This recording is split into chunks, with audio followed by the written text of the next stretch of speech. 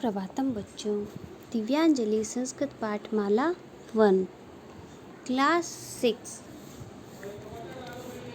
इस बुक में आज हम श्लोकः पठनाय यानी श्लोक पढ़ेंगे। तो आपको बच्चों यह बताया गया है कि श्लोक किस प्रकार से आते हैं और उनका अर्थ में परिवर्तन किस प्रकार से करते हैं।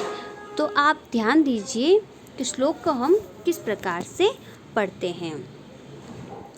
पहला देखिए आप बच्चों, काव्य शास्त्र विनोदेन कालो गच्छति धीमताम वैशनेन च मूर्खाणाम निद्रया कलहेन वा।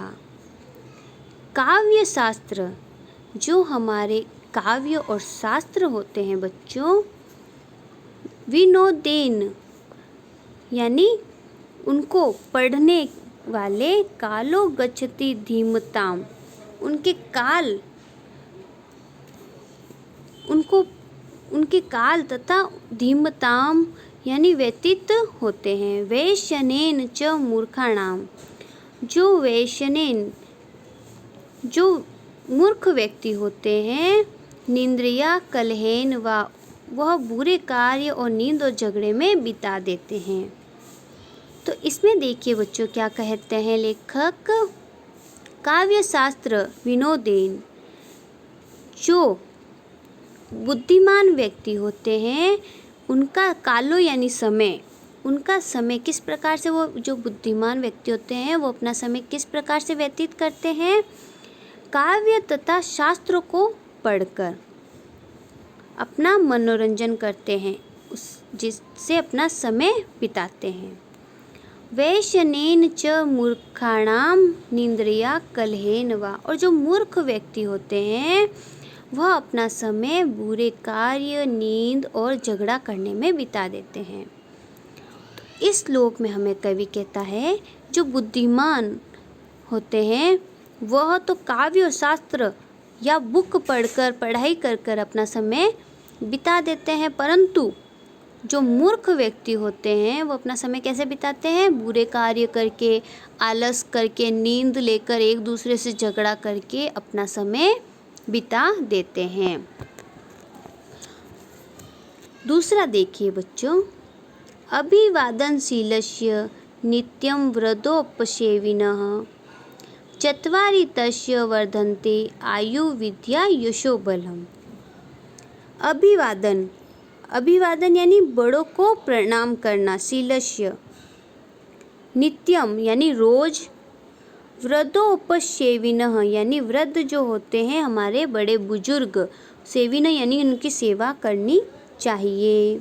चत्वारि ये तस्य वर्धन्ते, ये चार, चत्वारि यानी चार, ये जो चार चीज होते हैं ये हमारे आयु यानी हमारी उम्र, विद्या हमारी पढ़ाई, यश यानी हमारी ताकत, बल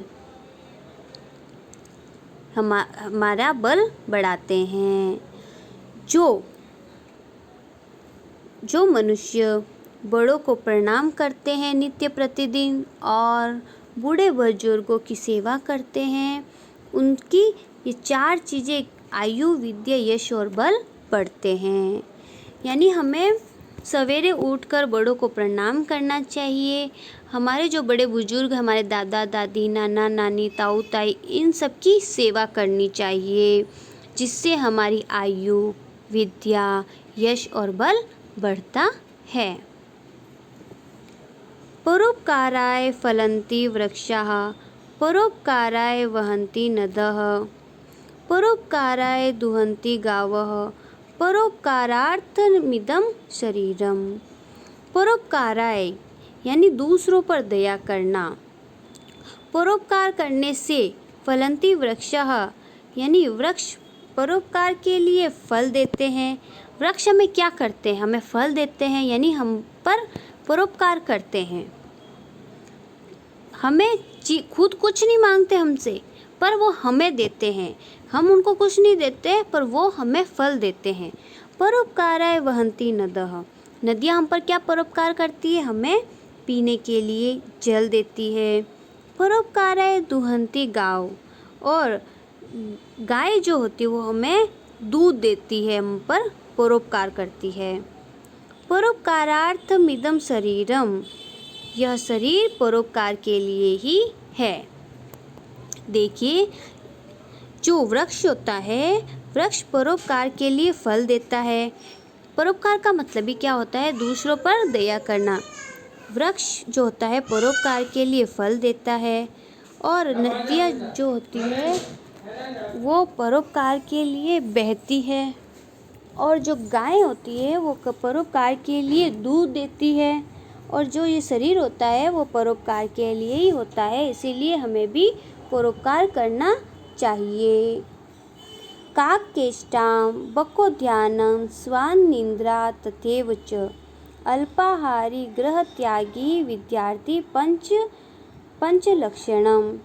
काक का मतलब होता है कौवा जैसी चेष्टा, केष्टा यानी चेष्टा यानी चतुरता, कौवा बहुत चतुर होता है। बकोद्यानम, बगुला जो होता है, बगुला बहुत ध्यानी होता है, बहुत ध्यान रखता है। स्वान्निद्रा, कुत्ते जैसी नींद, यानी कुत्ता कभी गहरी नींद में नहीं सोता है, वह चौकन्ना होकर सोता है, कोई भी मुसीबत आने पर 1 सेकंड में उड़ जाता है। तथैव च, और अल्पाहारी यानी कम भोजन करना, अल्पाहारी, गृह त्यागी, घर से दूर रहना, विद्यार्थी पंचलक्षणम, ये विद्यार्थी के 5 लक्षण हैं। कौन कौन से? एक तो कौवे जैसी चेष्टा, कौवे जैसी चतुरता रखनी चाहिए हमको। बगुले के जैसे समान ध्यान रखना चाहिए, कोई भी चीज़ पढ़े तो उसमें बगुले के समान ध्यान रखकर पढ़ना चाहिए।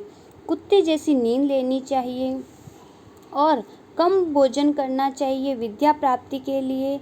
घर से दूर रहना चाहिए, ऐसे घर से दूर नहीं कि घर से दूर चले जाओ, इस प्रकार से नहीं, विद्या की प्राप्ति के लिए घर से दूर रहना चाहिए। 5 लक्षण विद्यार्थी में अवश्य होने चाहिए।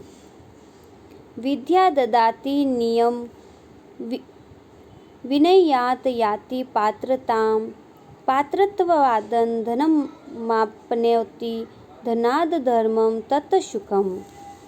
विद्या ददाति विनम, विद्या विनम्रता देती है। विनयात याति पात्रताम, और विनम्रता से योग्यता आती है। पात्रत्वात् धनमान्योत्ति, योग्यता से धन मिलता है। धनार्थ धर्मः तत् सुखम्, और धन से हम सुखी रहते हैं। देखिए, विद्या से तो हमें विद्या हमें विनम्रता देती है, हमें विनम्रता से योग्यताएं प्राप्त होती है, योग्यता से हम धन मिलता है, धन से धर्म कार्य होते हैं जिससे हमें सुख मिलता है।